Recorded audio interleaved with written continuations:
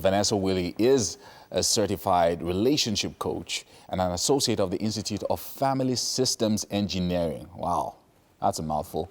Now, she has 8 years experience in consulting, and we'll be weighing in on this question on how long to court someone. How long do you stay in a relationship? And so one of the things that you hear, you hear different stories, either on social media, in real life, and things like that. Somebody meets someone today, 6 months later they're married. And then, but you find somebody else, 6, 7, 8 years, they're still in courtship or still dating. And so there's now a lot of confusion. Is there a perfect time to wait? A perfect timing period for courtship or dating or whatever? What's your own opinion about this? Okay, well, I feel like when it has to do with relationship, when we're talking about courtship, we're obviously talking about people who are already thinking marriage. Yeah. We're not talking about people in the university or who are just, obviously, dating. Yeah. So I feel it is safer to date someone within a short period and be married to them or court them for a short period. So you said 6 months, 1 year, tops 2 years. The reason is because people say they want to get to know this person, so they're in that relationship and they probably get engaged in the first 1 year and the engagement becomes a yoke of bondage and they're now there 3 years and you're asking what's going on. Someone, more often than not, the one person in the two of them is already having a cold feet. Right. Because you can't really know someone. You can't completely know someone before you get married to them. What is most important is to find out, do we have the same or share the same value system in the core of who we are? Are we similar?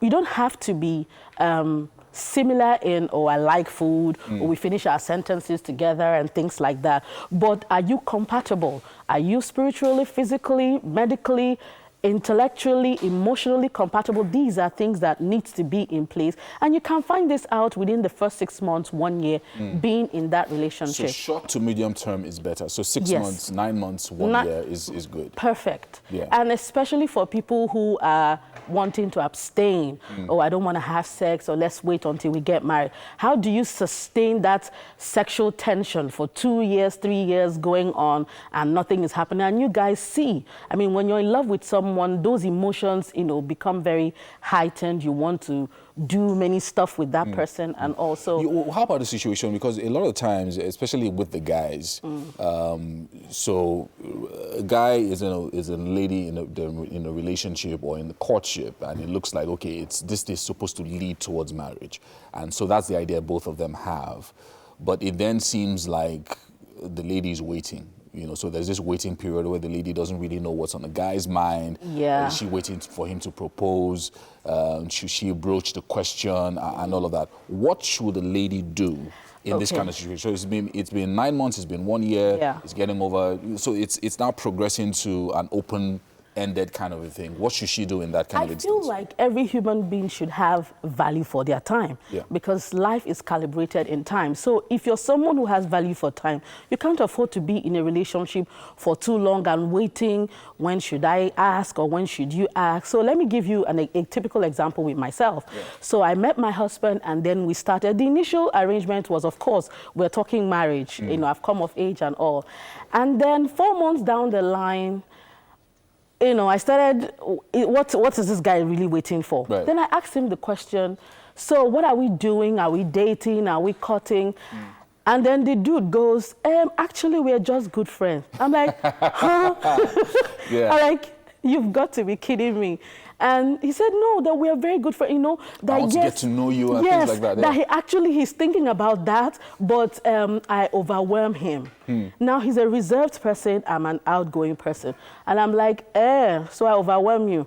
Okay, let me go and look for somebody who I'm not overwhelming. I cannot come and be in this relationship and then we'll not be talking plenty.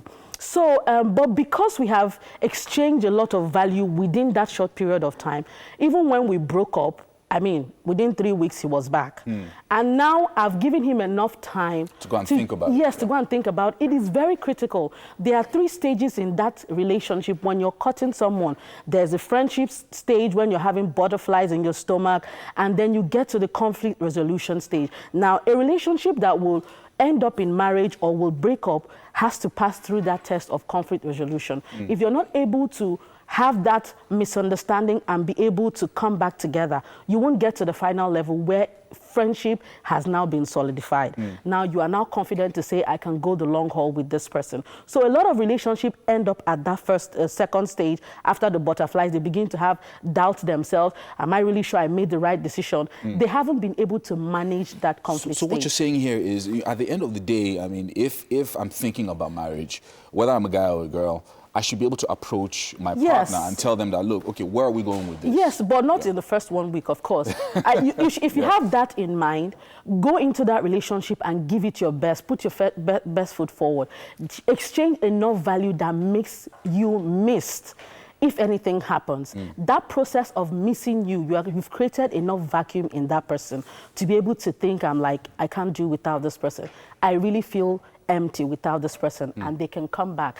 And if it's a relationship that is not leading anywhere, you find out on time so that you save yourself the heartache. The longer the relationship prolongs, the messier the breakup is likely going to be. That's where I'm going, because I wanted you to talk to someone this morning who's watching and saying themselves, look, I've been in a relationship for 3 years or for 5 years, and it looks like this guy. Usually it happens with the ladies, that's where the pressure comes, and it looks like this guy is, not stringing you along. He's stringing you along. And it's the been painful many years. thing is that dating you for 3 years, at the end of the day, he ends up marrying a girl who he met 6 months ago. Exactly. So what should I do? That's the question to you I now. think you need to Somebody watching. I think you need to start having that conversation right away. And brace yourself. If the answer comes out to be something unsure, make up your mind to move away from that relationship. It's hard. You've invested 3 years. It's time, it's energy, it's emotions. A lot has gone into that relationship. But it's better for you to call it quits now than invest another 3 years that you probably would have met someone and maybe gotten married within that 3 years and even have your first child. 3 years is a long time. It's a long time. So it is painful. It's going to be painful, but it's better to embrace that truth now than prolong it or act like it wasn't you. Wow. More often we see the handwriting on the wall, but we assume it was for somebody else. Thank you so much, Vanessa Willie, for Thank you so this. much for having if I me. wanted to reach out to you on social media, ask questions and yes, on Instagram it's at Willie J, and on Twitter is I am Nesser. I am _Nesser. All right, I'm sure you're going to be back with us next week as well. Yes. Thank you so much.